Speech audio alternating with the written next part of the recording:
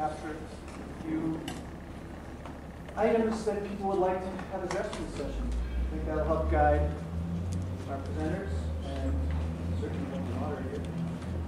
But otherwise, I'm not clear where we're supposed to go with this other than hearing your experiences in getting a grant or the issues on farm research. So we have a whole group of experienced on-farm people here. What would you like to hear them?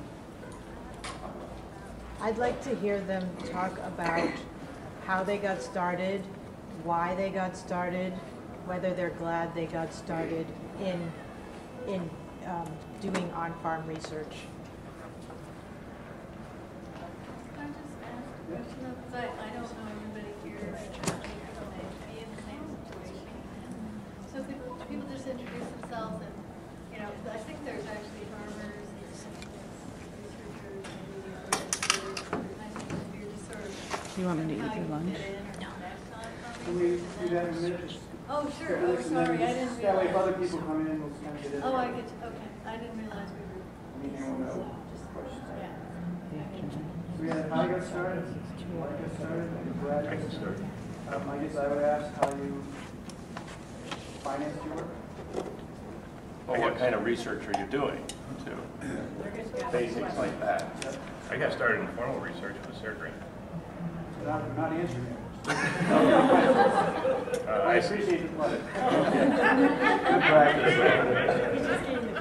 Any other core issues? I think that kind of complements what she said, but before getting the grant funded research study on farm, the kind of informal research that goes into it, saying I'm seeing something here, but I'm not sure about it, and then going to say to an extension if we do a formal study of this, so that informal study is working.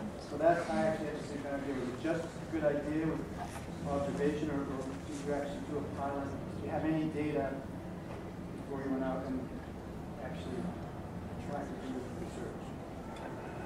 Any other? So privately, the resources that you found most helpful at the different stages. And that was something we were talking about too. What were your challenges in finding the support network, especially if you had a very unusual year? Pretty good list. Any other? Well, not besides funding, but what challenges has it brought to your farm to do on-farm research? Did you find something works that you wish hadn't? Yeah, or you commit to a project that then you regret because if you were only farming, you would do something different. But now you're doing research. And the last one? I'd like to know if people are neighbors or other farmers that they know to answer bigger questions, and if so, how would they ask them?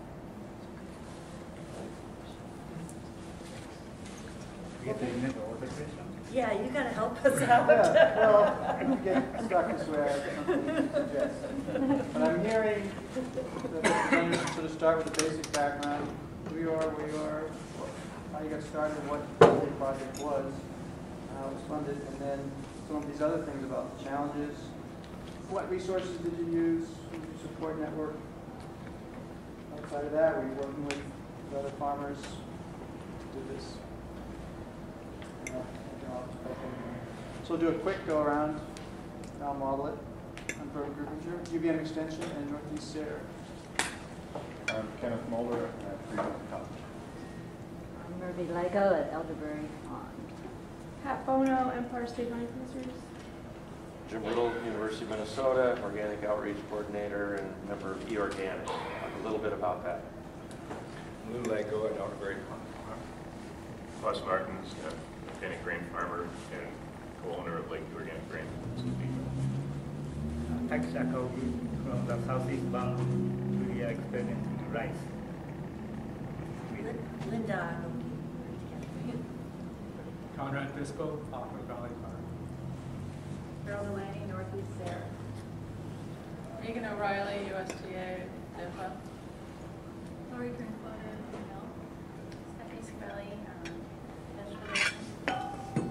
Lee Dillard, Cornell, pathologist and director for Cornell Cooperative Extension.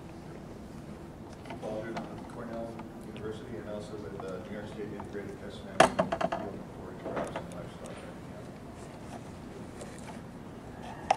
We finish the inner circle.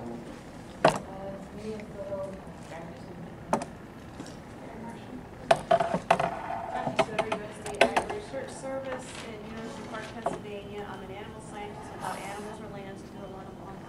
I'm looking for better ways to serve.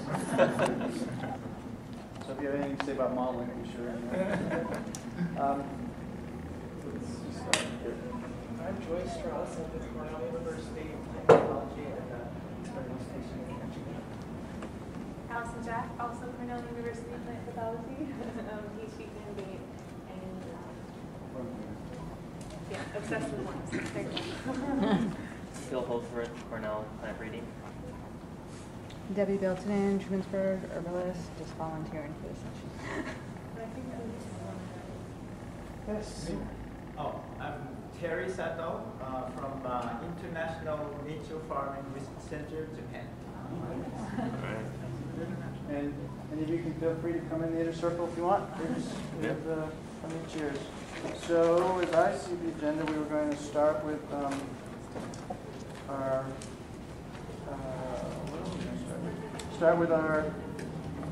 on-farm research farmers, and then Carol was going to talk briefly about the Sarah Farmer Grant opportunity, and Jim was going to talk about e-organic as a resource support on-farm research. So, looks like the Yogis are up first. I have a question for you. Are these all farmer grant people? I know at least. They're not the other grants. We're dealing with only farmer grants? As far as I know, you're all, I know you're all Sarah grants. Yeah. I mean, I think the emphasis of this is about on-farm research. So that's once you've leveraged other sources of funding, for example, too, right? Yeah. Well, Tell okay, us about the I'll project. start. Yeah, how we started. Question number one.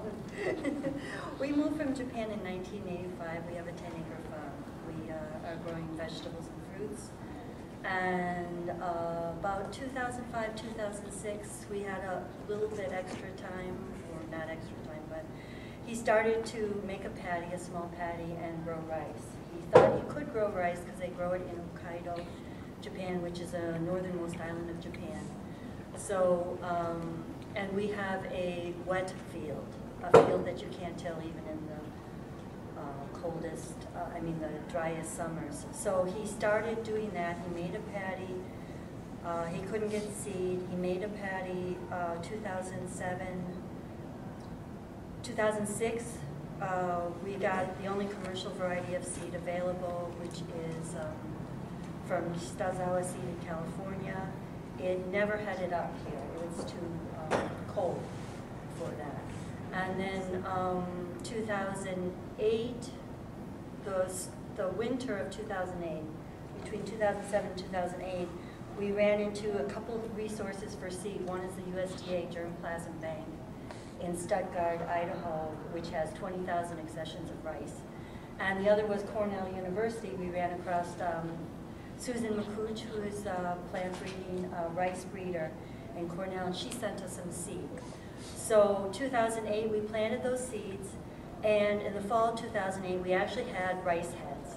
So then we called up all the people we knew, like the Vermont Department of Agriculture, and NRCS, and Vern, and Extension. We had, look at this, what do we do next? And Vern had a good suggestion that we write a grant and do research, because there's a potential there, but we didn't know what to do with it. So that's the first question, right? So we could grow rice, and then we didn't know what to do next. So then we wrote the grant. The first grant, we wrote it in 2008. We got accepted. It's about introducing rice. It's more general. And then, how much detail do you want about the grants? Not much, right? Well, the main points, what was the purpose of the project? Okay.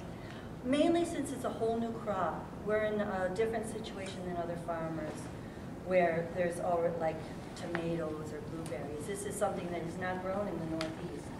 So the first grant was focusing on introducing rice, what varieties we grow, keeping records, doing trials. There's two components. One is taking data, like when did you plant, how many tillers, what were the, how did it turn out?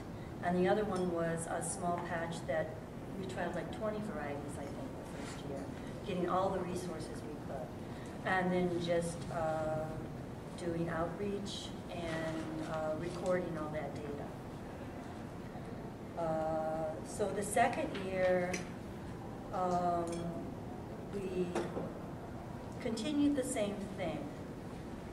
We increased the varieties we trialed, I think 30 or 40 varieties we trialed, and kept records. And, but it's more of a general type. I mean, he recorded things, but it's not like a specific, you know, plot A, plot B type thing. And then we had our first conference, rice conference. And the 2009 one, in 2008, what we found out was, which he talked about in his talk, is something unusual. When you make a paddy system with the water, you create a man-made wetland habitat. And you encourage creatures of all types to come and use that water. And so the 2009 grant, we sort of tacked the wildlife part onto it. And we tried to make a wildlife assessment, biodiversity assessment for the rice paddy as a rice paddy system in with the rice trials and his data collection, which was a little too much for the grant, but we tried to do that anyway. And because we thought it was very important, because what you can do, you have an agriculture activity which is encouraging creatures to come. So like, for example, you flood the fields, or the water's in the fields in February, March, and April, then you drain the fields and you till them. And there's already creatures there, there's wood frogs and other things, so it's potentially hazardous. It does serve as a wetland. So that part was our passion, that's what we're really interested in. So we tagged that on. The problem with that part was, in a $10,000 grant, you're not going to be able to pay researchers to, you know, so we got a group of people, 3 or 4 people, who were citizen researchers. They're the people who go around and help the researchers counting frogs and stuff. And, you know, we paid them a little bit of money, but we were not happy with the result of the research because it's a farmer grant and you can't pay $20,000, $30,000 for a researcher to assess the creatures that are in there and their life cycles and their habitats and what effect is this. So that's the summer conference was a big success. So I think that's a great overview, but you know what I'm thinking about this session is that if you could all give overviews, but then get to like the 30,000 foot level. So for people that are trying to help others do on-farm research or do it themselves, kind of what things were really. Do you want to deal with the problems too? Well, I'm thinking from the issue of doing on-farm research for you, what parts worked well, what was really helpful, what were the biggest challenges, not specific to rice per se, but to you doing on-farm research?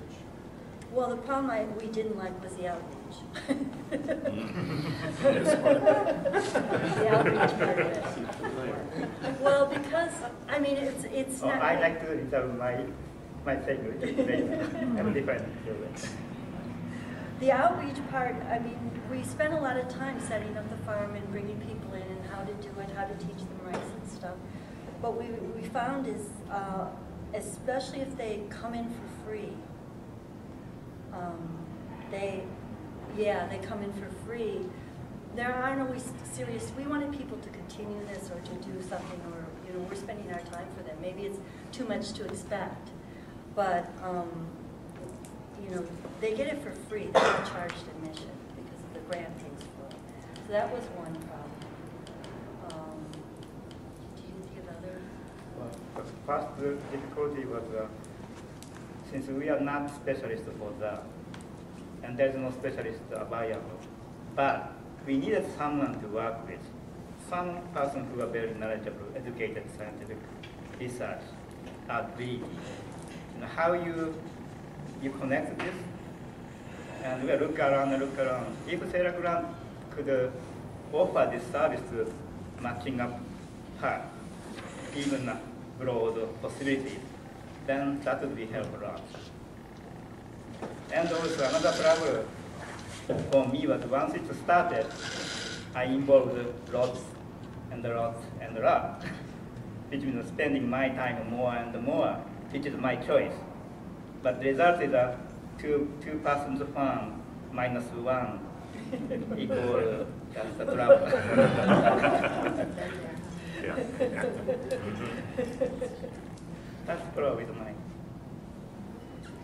And how about working well? Were there some pieces that really fell into place for you?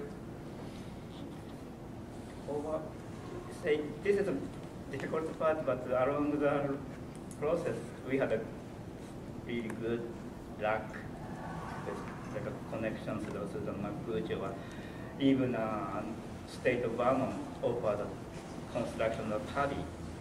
They have supported without not go the regular application, but kind of special. Just they come down and check that they made a decision, they pay the half without any restriction. And that kind of luck and it keep luck with coming. Even this conference, I met him, which is he's working a similar way to see the agriculture around. And so far, plus minus, like great plus. Great. That's good. How do you want to work it? Do you want to have interaction with each one or let them all go? I think we should Maybe let everyone go so we can make sure everybody. So Fred, you're next on the list. Fred gave a talk. It's Fred. Where is Fred? Fred's not here. He was down at his poster. Oh. The poster session last. Yeah, It didn't come up because it lasted until 2. Right. Great. Well, we'll bump Fred. What's the problem? Okay, I'm Lou Lego, as I mentioned, from the Elderberry Pond Farm, and we've had a lot of research grants, not just from Sarah, but from other places over the years. And all of them started, I would say, with something bewildering. Something on the farm that I observed or something in our operation that bothered me in some sense. My first example was we were catching apple maggots in trees with large plastic balls that you coat with horrible, sticky, gooey stuff. And the apple maggots would go and find these. And then you had to buy apple perfume made in New Jersey to stick on top of these to attract the apples. And I thought to myself, why don't we hang apples in the tree from Wegmans? They're red, and guess what? They smell like apples. Is there any possibility an apple maggot may know the difference between a plastic ball and an apple? So I went to Geneva and spoke to the guy. Unfortunately, the guy I got was the guy who had invented the plastic balls. And he said they absolutely don't work. Apple maggots fill their corneas with large red spheres, and they won't go to an apple. It's too small. It won't. And I said, well, does anybody ever, how do you know that? I know that. So I immediately applied for a SARE grant. and we took, 500 trees and put apples in them, and an equal number of trees and put horrible red plastic spheres in them. And guess what? The apples attracted almost 3 times more apple maggots than the plastic spheres. So, and this is what I love about on-farm research. I mean, your intuition as a farmer, I always feel, is so valuable, and that we don't use it enough. Another thing that triggered another grant that we have a restaurant, a fine dining restaurant on the farm. And I was reading one of the journals in New York. I won't mention the name of it. It's from an industry group. And it said what the problem with disease-resistant apples, there are apples which are resistant to apple scab and other summer diseases. And this article said, the problem with these is that they're not very good and are not commercially viable. Well, we grew all of these apples on the farm, as well as all of the commercially viable apples. And the scab-resistant apples were some of our customers' favorites. They stored better. They were all kinds of benefits to these scab-resistant.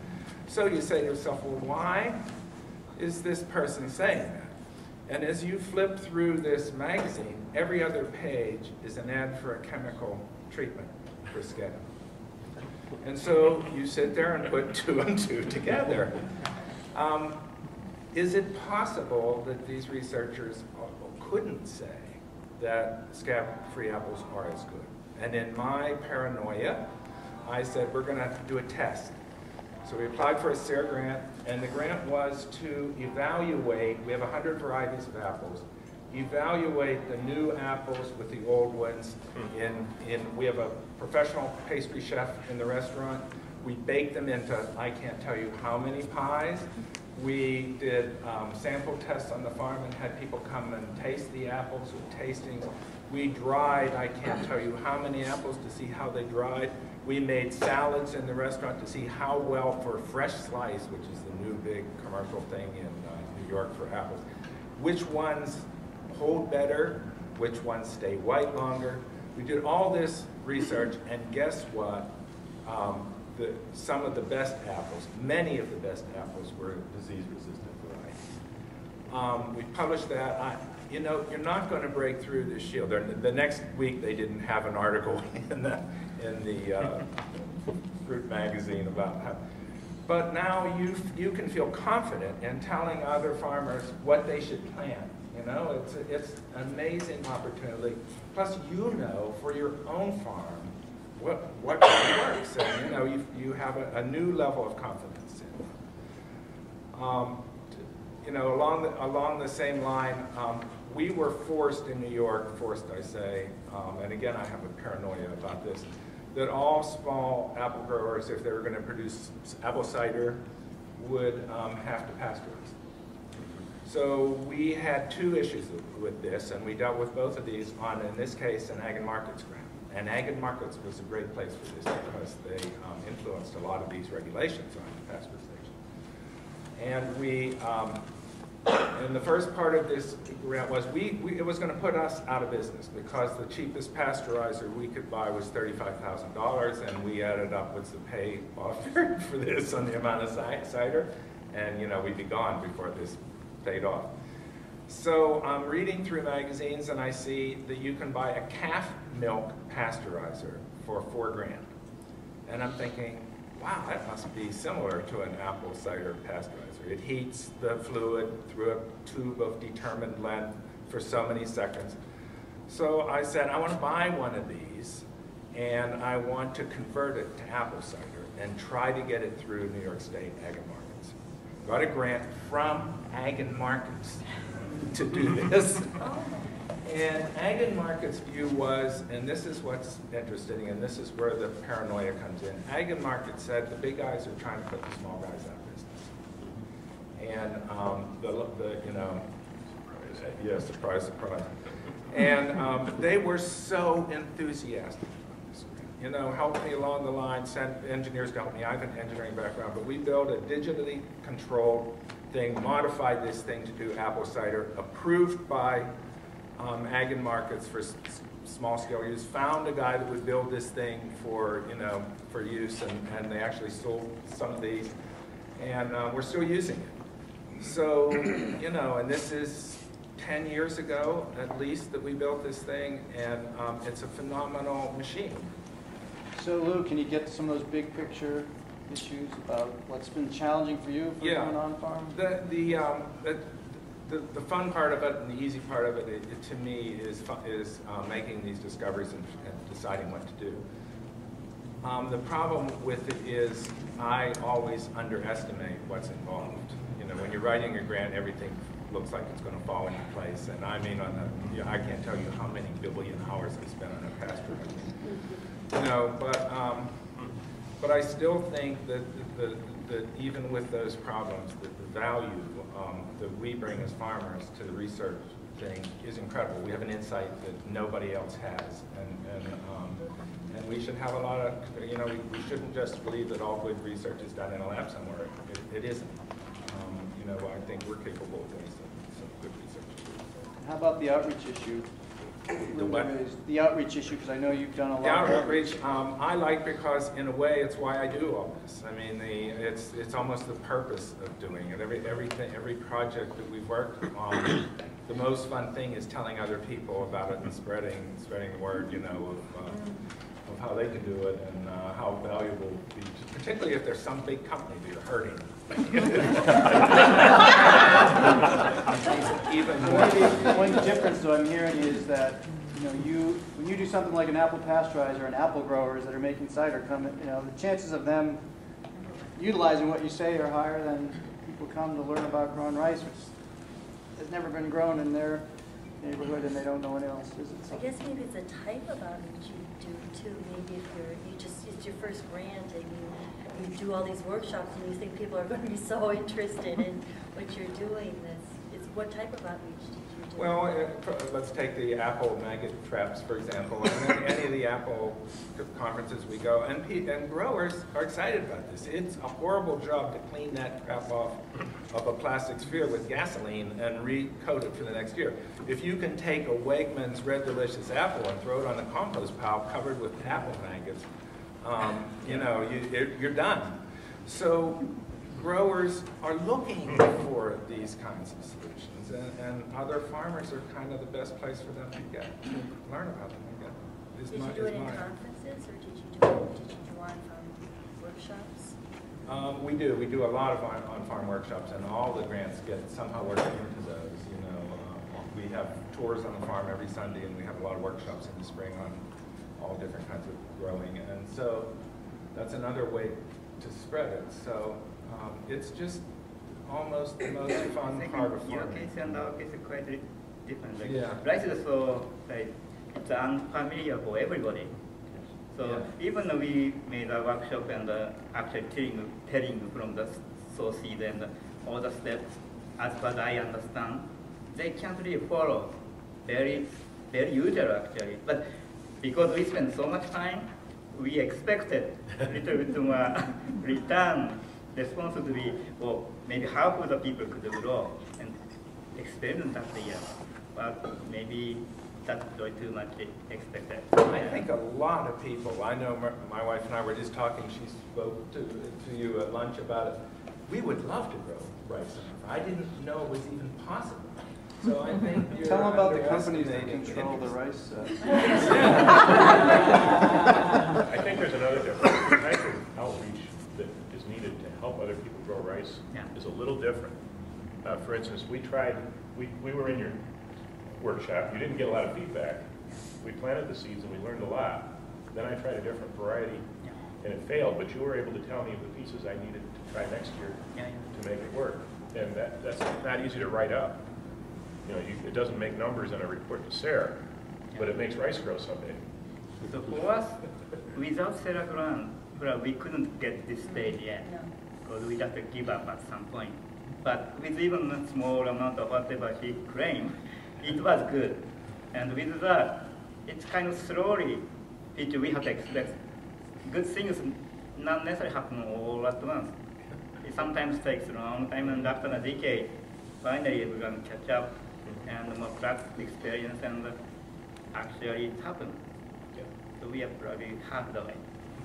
The other thing I'd like to address is the issue of getting help from researchers. One of the parts of this apple cider thing was we had this idea that is pasteurized cider as good for you as unpasteurized cider. And this is one of those things where we're going to go to Cornell and get some help. Dr. Ray Haglu at Cornell to work for us for nothing for months to take unpasteurized cider and pasteurized cider and compare them and to grow cancer cells in them and to determine what the antioxidants were in them. All this work, he was glad to do it because we were ready help for him. Whatever he needed, whenever he needed cider, we were there. We could process this cider as much as he wanted us to. We could heat it for 10 seconds, we could heat it for 11 seconds. You know, we could do a lot. So these researchers will be very glad to help farmers if the farmers cooperate and offer what they can. And so our experience has been good in that sense. We've gotten a lot of help from really valuable, incredibly knowledgeable people. Now, the bad thing is the unpasteurized cider wasn't any better for you than the pasteurized cider. Well, that's good data. There are actually enzymes that are enhanced by heat. So that's a good segue to Fred, because this morning, Fred, you talked a lot about the kind of help you got from researchers. And I don't know if you got wind of how we're doing this, but start. I'm sorry, I was. That's okay. Yeah. But just an Confused overview of about the kind of on-farm research you've done, and then the bigger picture, what's worked, what's been challenging. Well, first, even understanding that I could do research was interesting. And they said this morning, a friend of mine told me there's research money. I said, what are you talking about? And we found, you know, you find an idea and look to research it. And the idea this morning that I talked about was vinegar as a herbicide in organic garlic. That was a great experiment. It was the first time we ever did anything like that. It was easy working for Sayre. I can't go on as much as Lou. It was straightforward. Had a good time. I had excellent time talking about it for the last 8 years. I wrote a report, and the interesting thing is I'm still getting hits on that. It's on my website. It went viral, it went worldwide, and people, I got emails all over the world about it. You know, I probably, maybe once this year so far, it's been so many years, but I think that was the first time, after doing an extensive internet search, I think that was the first time it went, that research went into the field. I found it at Beltsville, Maryland Agricultural Research Center, and they had done it only in the laboratory, so that was fun. Part of the outcome was there was a student working for Dr. Blinder, who's a wheat scientist at Cornell. He picked it up and got his master's degree on it and part of his PhD on it. So I didn't get anything out of that. It was great fun thinking about it. The second one was, we also collaborated with a couple of other Sayre grants. They turned out to be, I believe they were Sayre grants, with extension agents, and we did a lot of work on that. Actually, my wife did most of the work. It had to do with heirloom tomatoes and high tones. All right. I just had a question for you about, because I wasn't sure I understood. You said you had the idea of vinegar as a herbicide and garlic, and then you said something about ARS and that. So did you sort of look that up before you did? No, what I was looking for, actually maybe I said that wrong. I'm a garlic grower, and garlic is a requirement. It must be weeded, or you're going to get a poor crop. And I was looking for a herbicide, and I found this at the Beltsville, Maryland Research. Just in pots. Right, they had done it only in the laboratory, yes. Took it out to the field on farms to do the experiment. Exactly. Okay, I got it. And so it's interesting to know how the, sort of the relationship of idea to problem solving experiment. And of course, this is research, not everything works. The second one we worked on was, we have multiple high tunnels, and I think it was in 2005 or 6 we noticed what appeared to be a microclimate existing between high tunnels. We said, well, that's pretty cool. The space under high tunnel is pretty valuable. You can consider it costs $4,000 or $5,000 for 2,000 or 3,000 square feet. So if you can get a microclimate that exists between high tunnels, it didn't cost you anything. The year we noticed that, it was a pretty cool year. The year we actually did the experiment was a pretty hot year. So it actually, I still think it exists, but we didn't find it that year because, frankly, we rolled up the we rolled up the sidewalls in the high tunnel on the 1st of May and never rolled them down to the end of September. So what the area between the high tunnels, it was no difference. It wasn't between it. Right. So well, we reported that, and that was the reality. What else? So there's the vinegar. There was the. And how about the big picture issues, the things that were challenges for you? And well, let me talk about the third. The third one was I've got a poster downstairs on that. That's where I was manning my poster downstairs and forgetting that was going on up here. Again, it had to do with vinegar, or it had to do with garlic. Garlic there's two, other than picking stones that everybody hates. The two jobs that everybody hates on the farm, including all our helpers, are planting garlic and picking potatoes behind the potato digger. Planting garlic is incredibly painful because if anybody's done it, you put a furrow in the ground and you get a 5-gallon pail of cloves and you plug them in. You bend over, we call it stoop and bend.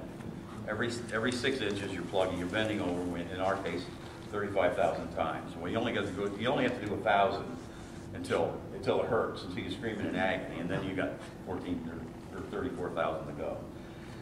So I was thinking of a machine, some kind of thing to improve this, and that's what you can see the poster downstairs.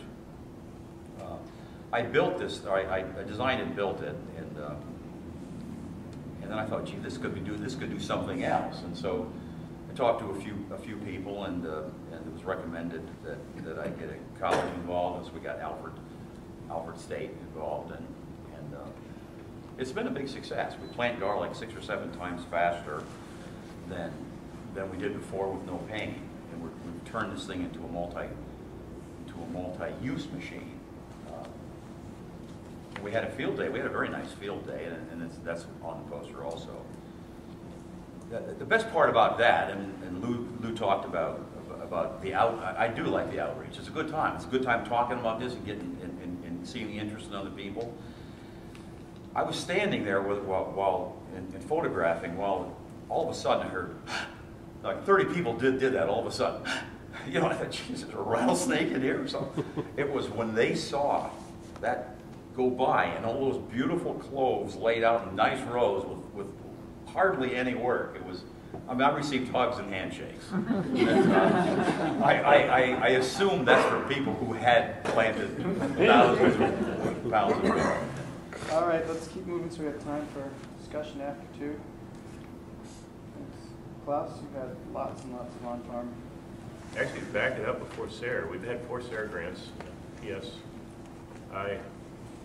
TSF grant, which was a big one, and we're part of the NEON project, which spun off an awful lot of other types of research. But when I first got out of college, I farmed as a conventional farmer, and cooperative extension really was a great system for training conventional farmers. I learned a lot more from our extension specialists in a very short time than I had in college, because Cornell did make the resources available when they were needed and when they were teachable moments in the field. The problem I had was that the theory that I was learning wasn't quite predicting the outcome. You know, and it bothered me. The longer I farmed, the more disconnect there was between what I learned about how it worked and what I saw happening in the field. So fast forward that to when we converted to organic, we no longer had the support network that cooperative extension was giving us, because at that time organic was really new. The university hadn't put the resources into learning about it. So we went to the main library and actually found some very important resources there. But we had some really burning questions about how does the system work, and how do we farm, how do we make it work? And the only way we could think of to answer those questions was to go out in the field and do experiments. And it was really fortunate that the SARE grants are so readily accessible. And the first one that really changed the way we farmed, that we did on a SARE grant, was asking when should we pull soil tests. And we did this we got a SARE grant, went for 2 years, testing the soil every 6 weeks and tracking changes in the field. And we were able to determine that we probably should be taking our soil tests at the end of the summer, or if we're taking them at different times, to know how to interpret them or to have an idea how they would be used differently. Now that was real valuable for us so that we use our resources better. And I felt we had really good support, again, from the university when we asked questions, how do you write something like this? And don't want to sound like I'm just plugging Cornell. I'm sure all universities do a good job, but I felt it was one of the reasons the system works is that we did have connected people. Now, the next step in all this was, I would like to double that. I mean, I had great response from full professors at Cornell to help us on that. and it's one of those things that when a professor writes a report, you can't put it in a report very well, but it's a real impact that's out there. We formed a group of organic farmers about the same time for the same reason, to ask these questions, and it was NYCO.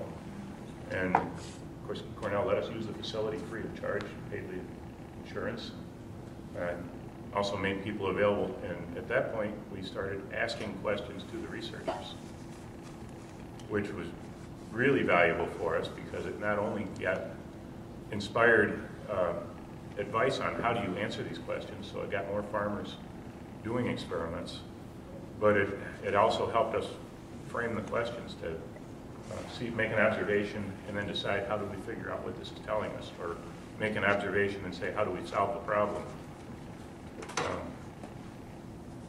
And the NEON project came up at that time. So I guess I don't see a whole lot of barriers. I think the SARE grant system really worked. You know, it was there right when there was a need. They were relatively easy to get. It also forced us to have the discipline ahead of time to figure out that we lay the thing out right so that we gathered data. If I was to say there's a barrier, there's a lot of small experiments get done on farms, at least on ours, that aren't written up, that maybe don't get these grants, and because they're not planned, we lose some of the record, or we're not able, or find that we're too busy to gather all the data we could. You know, and I think if we were going to improve on farm research, it would be in the area of helping record and also gather the data in a more disciplined way from what we're doing. I think we've had a lot of lessons out there that we missed just because we're busy when we're actually doing things. Another one that helped and changed the way we farmed was asking about starter fertilizer, which again was a SARE grant. The biggest one we did, I put into OFRF for, and that was asking whether our fertilizer recommendation charts were calibrated right for organic, using organic fertilizers. And I sent it to OFRF, which I thought was going to be a shoo-in. Somebody on the board hated it, and it was rejected. But Thomas Bjorkman at Cornell said, I like that experiment, turned it into Cornell, into PSF, and got 5 times the funding that I'd asked for. And that experiment is still yielding research that's helping organic farmers. And there's still spin-offs coming from what we learned on that that are being presented at these meetings. As far as outreach, I think the fact that there's a group like NOFA, that we have groups like NYCO, that bring farmers together, I think the outreach is very easy. And I found that when I've made SARE grants, that it's acceptable to say we're going to share our data at an NYCO meeting, or that we're going to do presentations at different conferences. Of course, I talk too much anyway, so that's the outreach is probably one of the benefits. Great. Conrad? Do you really want, I'm not sure it's really appropriate for me to go in the sense that I'm not a farmer. It's about on-farm research. So our story a little bit is, I actually come from, my wife and I come from a field ecology background, and just through one of these flukes of life, ended up working at Hawthorne Valley Farm. And initially not in a farming situation at all. I was putting cans in the store and that sort of thing. And then at some point, as we were thinking of going back into field ecology, Stefan and Rachel, who are the head farmers there, came along and said, well, would you like to do some research? I thought, wow, gee, that's what we enjoy doing. And so we have this kind of hybrid, funny situation in the sense that we work for a farm, and yet we're researchers and outreach people. It's sort of, And as I was trying to think through our experiences and listen a little bit to what people were saying, I think one thing that seems to parallel a little bit Klaus was saying, we have what's called the Farmers Research Circle, which is just a kind of informal group of the mainly organic, but not just organic farmers in the neighborhood who get together and just talk about what they want to talk about, what the problems are, and actually some of the research that we're doing now has come out of that, and then we feed back to that, and that's been really nice. That's something we've enjoyed. I tried to think through a little bit some of our experiences, and there was a couple of, I would say, divergent pulls sometimes that we feel. And one is, wanting to have participation in the sense that we think participatory research is important because people understand where things are coming from and sort of buy into it. And yet, at the same time, when it's on a farm, participation means taking time away from doing something else. And so how do we balance that, the benefits of participation and the costs of participation? It was this, and there's, related to that, there's the experimentation versus observation. So it's been a lot easier for us to do observational on-farm research versus experimental, because then experimental, you're sort of thinking, well, the farmer has to change something, and of course, there has to be buy-in. But even when there's buy-in, all of a sudden in the middle of the season, something isn't working, and that just doesn't happen. And so it's this experiment observation. The holistic and reductionist kind of divergence. So there's definitely some of the questions that are most interesting, maybe to the general farming community and maybe to the public who's interested in agriculture, are quite holistic questions. But of course they're hard to approach because they're not, you're not getting down to a little detail.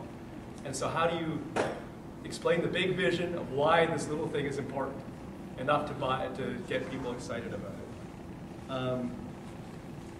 We're not really affiliated with any large institution. We're quite far from Cornell, which I think doesn't help logistically with things.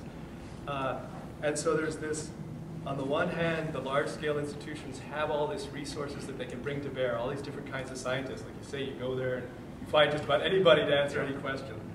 And then at the same time, I think one of the benefits that we have is that because we're in this one place, because Hawthorne Valley has all these commercial connections with farmers, we just have this, we're kind of part of the farm community in that sense and can build a long-term trust. And so it's been interesting sometimes to have a student, say, come in from a large institution and they want to do a project, but they haven't developed the relationships with the farmers. And the question sometimes is not immediately relevant. And so how do you sort of help bring both sides together for that? And I think just two more things. One is a personal issue. As a researcher, one gets enthusiastic about certain things that you know about. It might be dragonflies, or it might be soil microbes, or it might be something. But then being part of a small research group, what do you do when somebody brings a question that's not related to that? I mean, you can try to certainly link them to somebody else, but if they're looking to you, what is this balance between personally what you can do and what you really feel excited about, and then what somebody rightly thinks is an important question. And then the last thing was the funding issue, and again, it's different for us because Hawthorne Valley is a non-profit organization, but like for the Farmers Research Circle, on the one hand, if we had lots of designated funding for that, we could bring in more speakers, we could serve better refreshment, that sort of thing. But then on the other hand, you get to the situation where, at least as a nonprofit, there's sometimes this pressure, somebody said this to me, I don't mean to be crude, but to pee on it, in the sense that you're marking your territory, we're doing this. And that's a very stifling psychology. You understand what I'm saying? I think there's sort of baffled expressions out there. But this idea that, if, for example, with the Farmers Research Circle, we had to start it out and try to say this is what we're doing as a program, then it becomes part of our identity and we have to maintain it even if it's not being useful. And I think try to balance that. How do you have enough resources to make sure it works, but yet it doesn't get stifled by the need to be something that you've said it's going to be. Sort of the flip side of that is you have a critical issue and you keep pounding away at trying to understand the mechanisms and the solutions. I mean, there's a handful of farmer grantees like that have gotten 5 and 6 in a row, and they've become the experts in that area because there was a lack of knowledge, and so it's just, you know, they chose to mark that territory, so to speak. Yeah. Oh no. Yeah. And I wasn't thinking. It wasn't so much in that. I wasn't talking about a research theme. I was talking. Yeah. Well, I guess the question I'm feeling is, you know, is that necessary, or why shouldn't you be able to,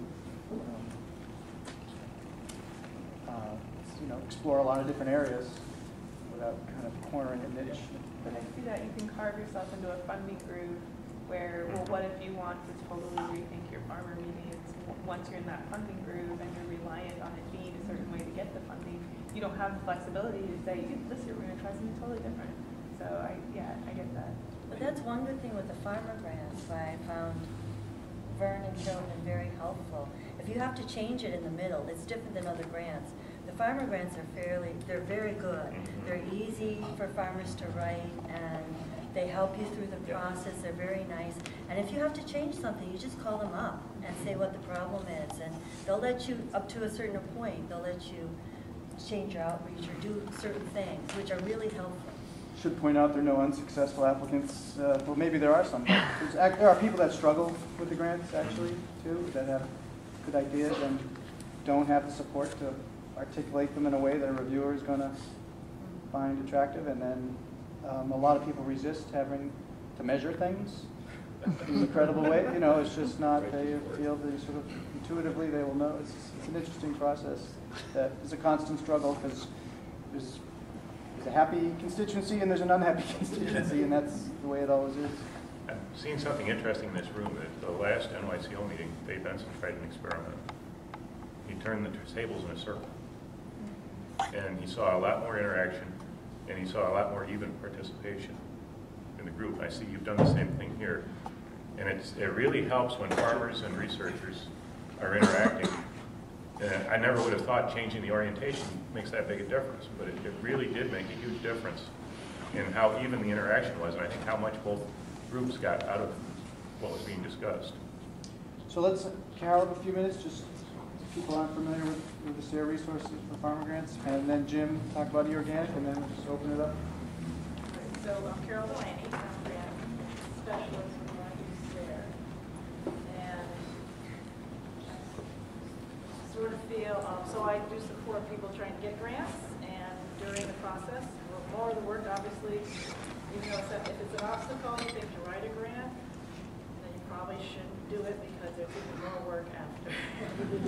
And I sort of feel like taking from a presentation that we're sort of predatory beneficials, maybe, on farmers, because hopefully we're helping you get the answer, but it is, you know, it is extra work. I think that's what I hear the most. It's a lot more work than you thought. And I usually, when I visit farmers, this summer anyway, I try to visit all the farmers, just more supportive, you know, how are things going? And I usually ask them, would you do this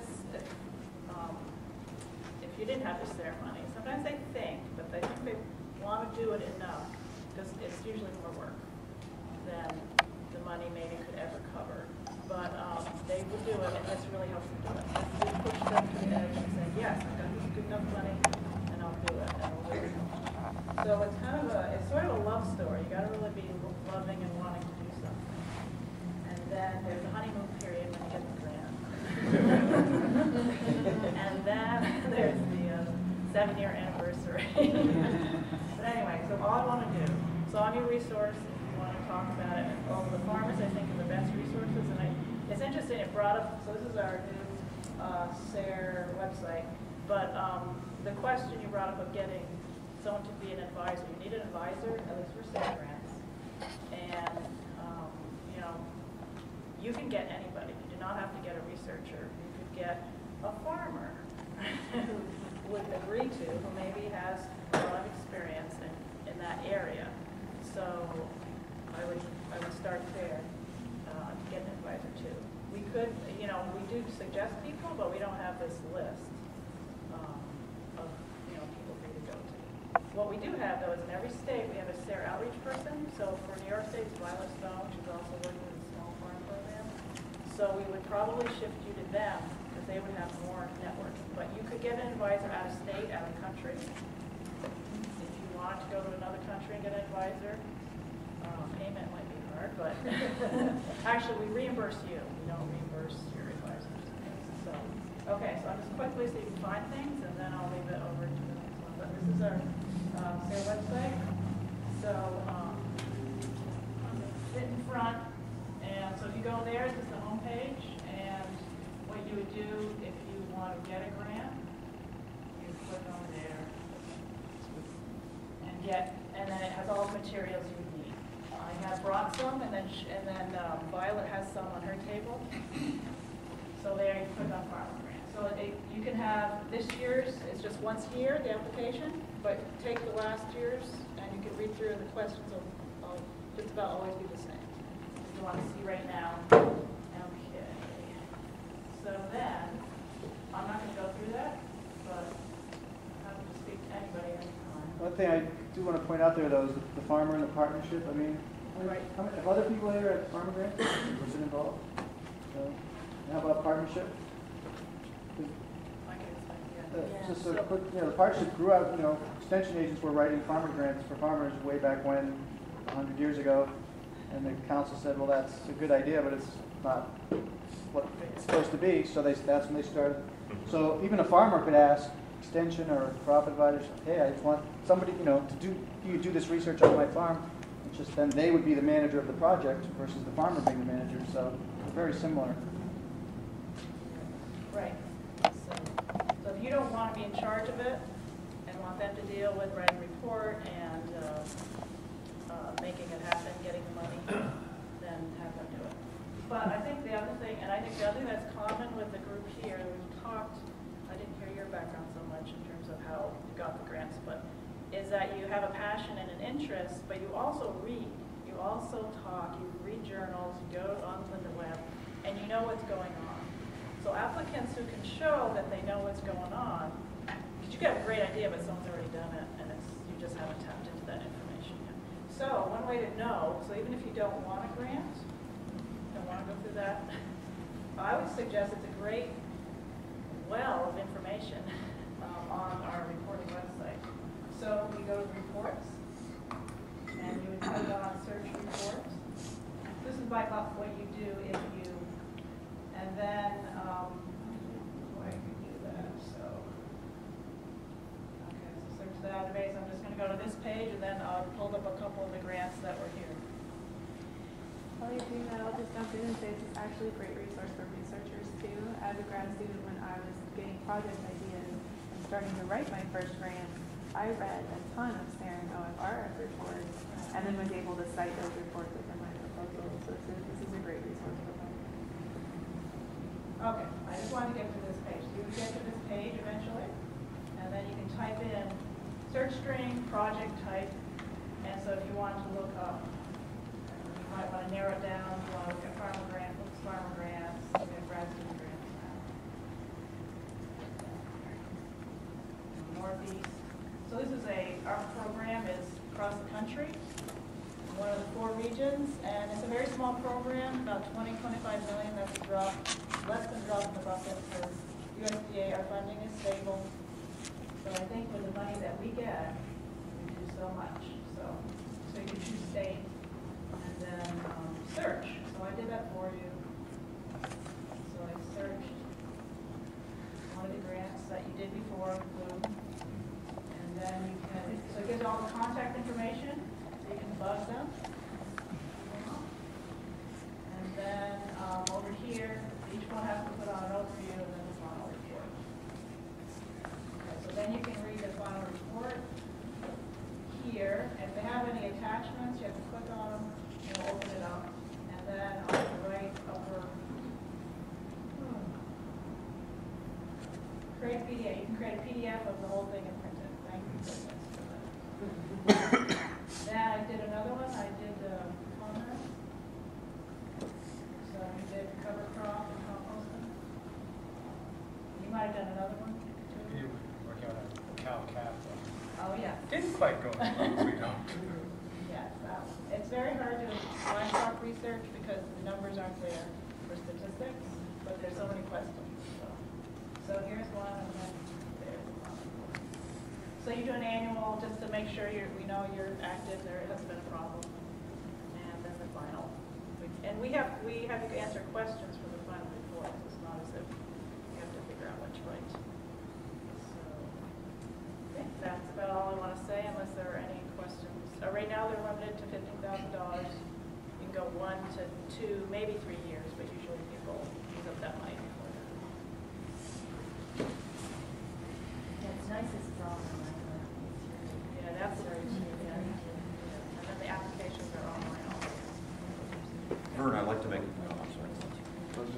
if farmers are using their own equipment and they're growing crops they're going to sell, I mean, how does that work in doing the budget? Can you ask for funds for equipment, for seeds? I mean, what will the grants pay for? What you cover is what's extra. What is costing you extra? You're spending more runs through measuring or planting. So it would be for what is over your normal operational cost. So if you were comparing to, you could ask for some seed if it's extra, if it's a different type of crop.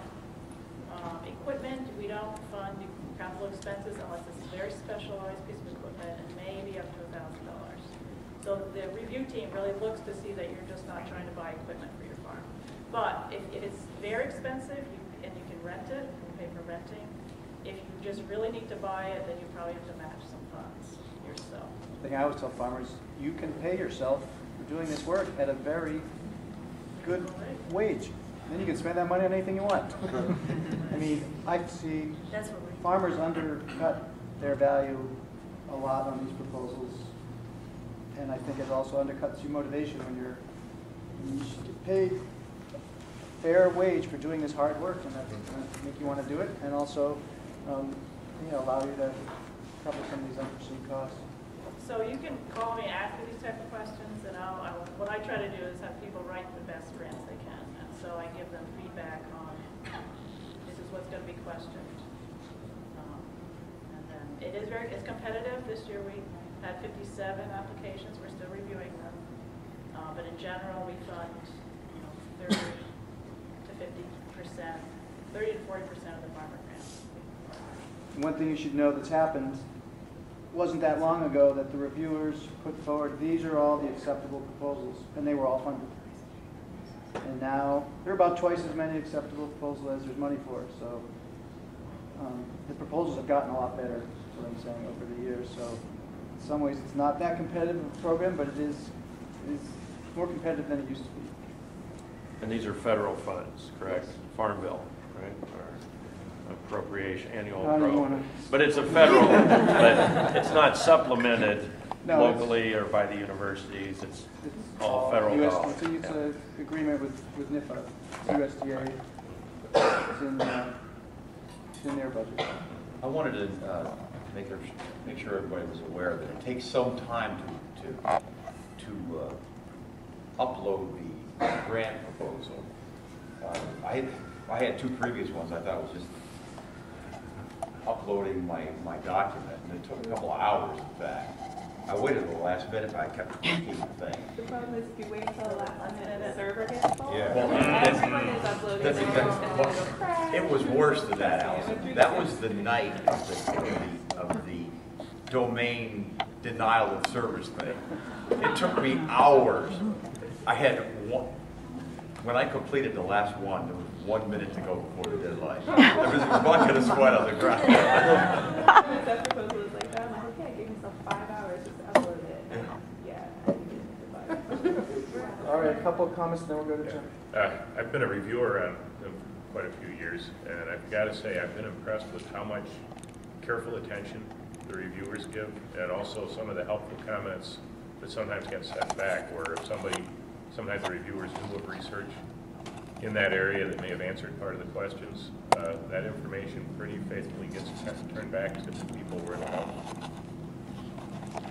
Right, that's true. The unsuccessful applicants, we write a letter and customize and give comments from this 4 reviewers, and at least one is a farmer on the review team, and by topic area. So we try to get very constructive why it was weaker than others. Sometimes it's one thing that just goes missing. And one interesting thing with our process, farmers are on all the review teams. And they're some of the toughest reviewers. They're the most, you know, their eye on the dollar value of what they're getting and the full bang for the buck thing. Other, you know, university people tend to be much more technical reviewers. Farmers really look at the economics of the investment in the grant. It's really fascinating. But I also felt like any good idea, even if the grant wasn't well written, if they took the feedback and tried another time, there was a real good chance they'd get it. So that's one issue I have concern about, and there's, you know, especially not to get into a SARE thing, but we have states that have not been as successful. New York has been very successful, Vermont, Maine, Pennsylvania has been getting better. And it's sort of a culture develops where there's somebody to turn to and ask about it. It's not just SARE, on-farm research, I think. You can talk to, there's other people doing it, you can get some support.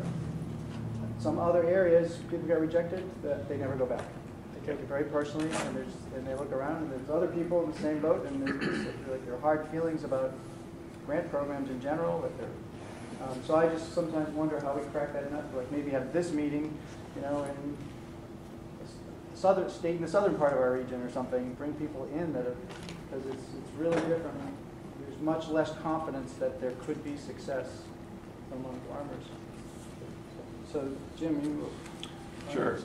Yeah, as I said before, I'm Jim Riddle, work for the University of Minnesota, but I'm also on the leadership team for eOrganic, and that's been going since 2007 is when we began. And how many have heard of eOrganic here? Great. How many have used eOrganic, visited, taken a webinar? Quite a few. But yeah, and so I've got a couple things to send around. This first is just a bookmark on the back side is the URL for our public site. We are part of National Extension, and we're the community of practice for organic agriculture. And within this National Extension initiative, there are communities of practice for all sorts of things. So for horse lovers, there's a community of practice, or for people worried about fire ants, there's a community of practice. Well, we're the organic community of practice, which is a broad category, and a lot of our initial content development is focused on diversified vegetables, dairy, and then soils, cover crops, certification. And so now we have hundreds of articles and videos and now webinars, and all of the webinars are archived. So if you saw an announcement of one, like right now, today and tomorrow is the Organic Seed Conference, and none of us are there, but a number of the presentations are being broadcast as eOrganic webinars, so you can go online later and watch them at your convenience. Carol's pulling up the page. Okay, there's a web. Thank you. Yeah, so there's some that are archived. There's down at the very bottom line is one I did last week, Why Eat Organic, that I did at the Illinois conference. I'm going to be doing tomorrow live here. So you might not want to watch that and come live to the session, but if you want to go to a different session, you can watch that later. But anyway, that's all available to anyone. You don't have to log in, you don't have to be a member. Anyone can use any of the material that's on that extension.org organic_production site. But we're really two different websites. That's everything that's been published. But we're also a workspace, a collaborative workspace. The eorganic.info is where we develop content. And then it goes through a peer review process, both articles and videos. And before, one of the last steps in the review is a certification check. And I manage that to make sure that all the content is compliant with the NOP. Because we just focus on organic content, and we don't want National Extension giving bad advice that somebody's going to get in trouble with the certification, you know, on the other end. So that's part of the process.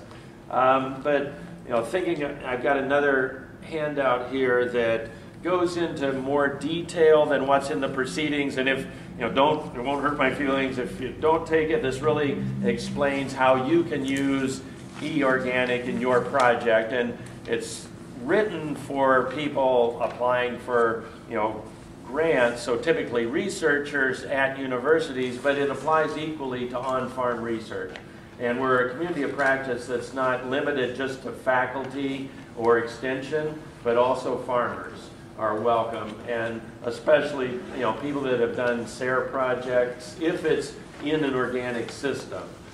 This is a way for you to do outreach with very little effort. You don't have to have a field day, for instance. If you capture video of your project, that can be uploaded. If you or your advisor, your academic partner is a member of eOrganic, that video content, for instance, can be uploaded. It goes through review, but then it would become publicly available. And we have an organic YouTube channel, is the other thing I didn't mention. So it gets a lot of hits. So there's a lot of 5-minute videos on how to use a specific type of weeder. Or there are webinars are also up on the YouTube channel, so those are typically longer. But that's another thing you can do once you have findings. If it's something that you are obligated to do outreach, you can sit at your own computer with a phone line and internet connection and conduct a webinar where you just walk through a PowerPoint typically, and you have to pretend like there's an audience, although you don't tell jokes because they fall flat. But you walk through, and it's been advertised in advance, and so people have logged on, and people can ask questions, so they type in questions, and then after you finish your content, there's a moderator who will select those questions you can answer. And one of the really beneficial things is there's a built-in survey mechanism and evaluation. So you'll get a report on how many people watched that, what questions they asked, and how they, how useful it was. So if you have to do any kind of report about the impact of your project, it can really help with that as well. You get documentation. And if you're doing a webinar, you can also build in questions that you ask of the people that are in that live audience. I did one on GMO contamination last year, and I asked questions about how many of you are farmers, how many have experienced contamination, and I got that data then. So if you want to find out how many people are their opinions of certain apple varieties or whatever, you can ask those questions. So it can be two ways, so it's interactive that way. There's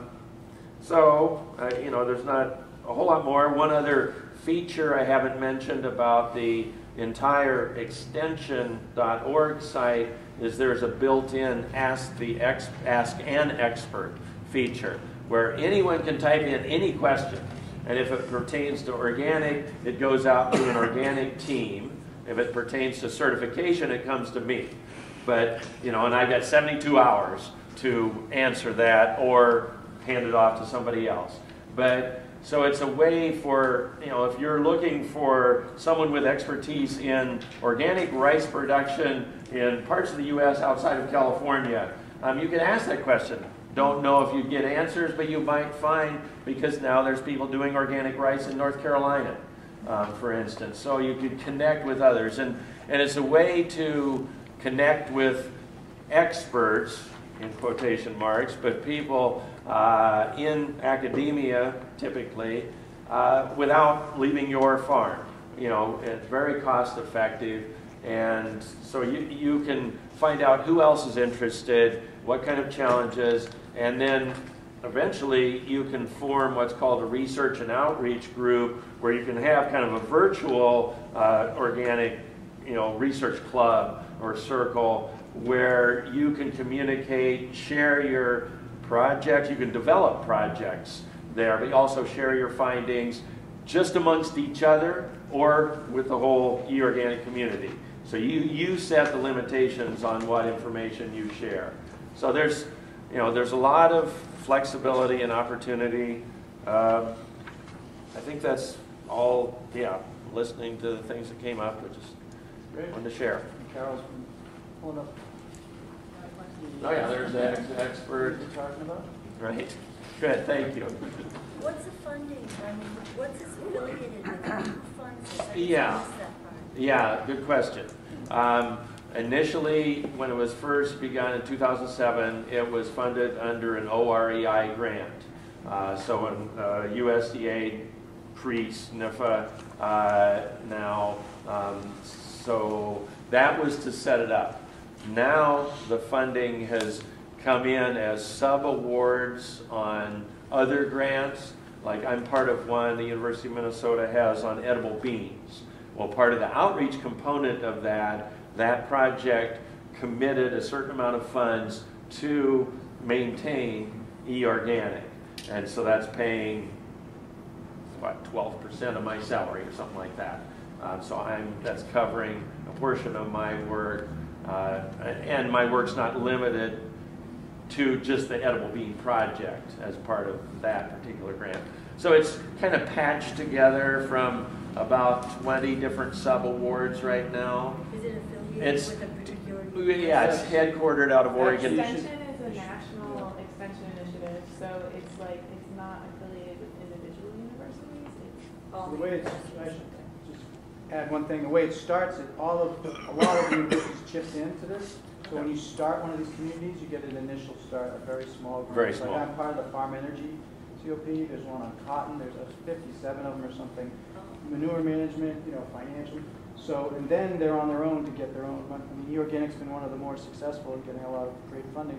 But I would say, if you have a specific area, I would look, at all of the extension. Yeah, good point. And there's a lot of exchange. Like I did a webinar for the niche meat processing group on organic meat processing, but they were interested in that. And the dairy group goes back and forth too. There's a GPS group. I mean, so you never, depends on if your subject matter interest is in one of those COPs.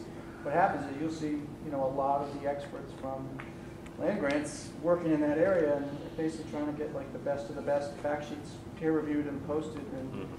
And physically, we're headquartered at Oregon State, but leadership team has members in University of Illinois, Vermont, Florida, Minnesota. And there's a new one trying to start up, like so an email from Kathy Roof on food systems. That's kind of interesting.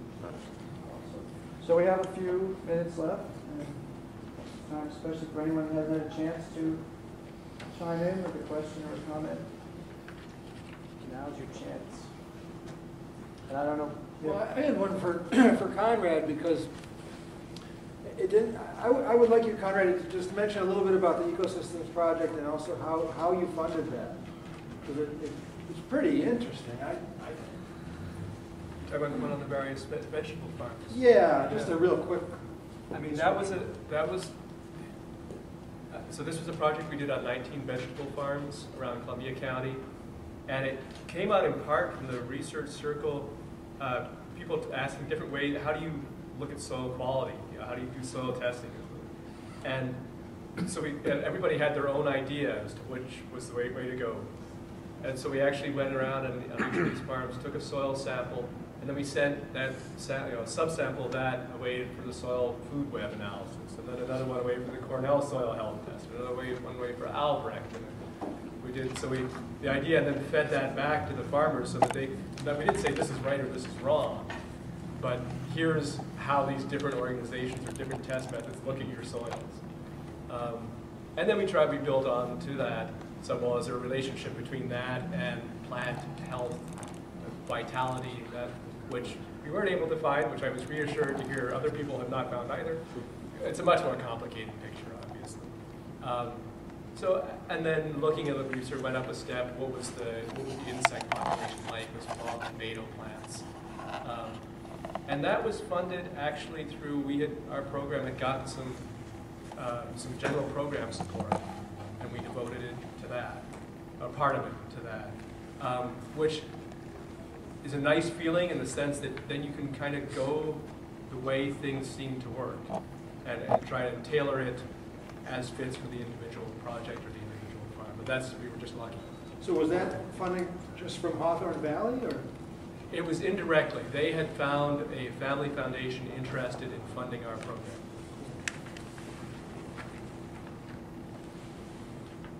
You said something I wanted to follow up on a little, and that's the holistic type of research. And I see universities are doing a lot more holistic research and are really working hard to not just look at single factors. I think the whole use of the PWTs at Cornell is bringing in experts from a lot of different disciplines on one project, so that we're not just gathering one piece of data, not just measuring one effect, but trying to see all the effects of the work, maybe not just the one that we're primarily interested in. Yeah, and I was wondering when I was listening to you, to a degree that because we're farther away, sort of what ends up happening is somebody, maybe as part of that larger group, will have, oh, there's a question that I need to answer, and then that trickles out to us. So we get the individual question, and not necessarily the full, context that it's in. I would just mention to make sure that folks are aware that the OREI grant out of NIFA has a very broad eligibility. So as farmers, you are eligible to apply to that. Now, of course, the most competitive applications are those with broad collaborative teams. But if you have a research idea and you're thinking big, go for it, basically. So just wanted to make sure folks are aware of that. There's a poster downstairs that has some information about OREI and organic transitions, and also just www.nifa.gov and plug in OREI, it'll bring you to that page. And the RFA is open right now. Through March 9th? Yep, March 9th. Right, don't wait until the last day. You can upload your grant today. All right. Find a grants.gov mentor for you. Right, yes. Any other comments, ideas? Just a couple what a couple of people have said. When you get a farmer grant or another grant, you have to understand that you become the expert then. And then people start calling you on the phone, and you become the one to go to. And for some people, it's easier to deal with. For other people like us, it wasn't easy to deal with. Because we got all these people and newspapers and television and so you have to, when you apply, you have to set the line and see how much you can spend and how much time. And you just have to figure out a way to handle that popularity. All right, on that note, I think we are up to 3 o'clock. Sort of a closing question. One thing that I see from the notes about questions people asked was the one that nobody answered was, are you glad that you did the farm research? Yes, I think everyone here is. Very much so, and encourage everyone else to do it too. And Brian, do you want to mention anything? Is the next session is really related? Yeah, I think we've been switched over next door. But we're going to have a session where we delve a little bit more specifically into on-farm research and sort of how to one of the goals of our organic cropping systems project at Cornell is to try to foster more farmers participating in on-farm research. So we're going to see what needs to happen in the next steps to get to that point. Great. Thank you all to our presenters.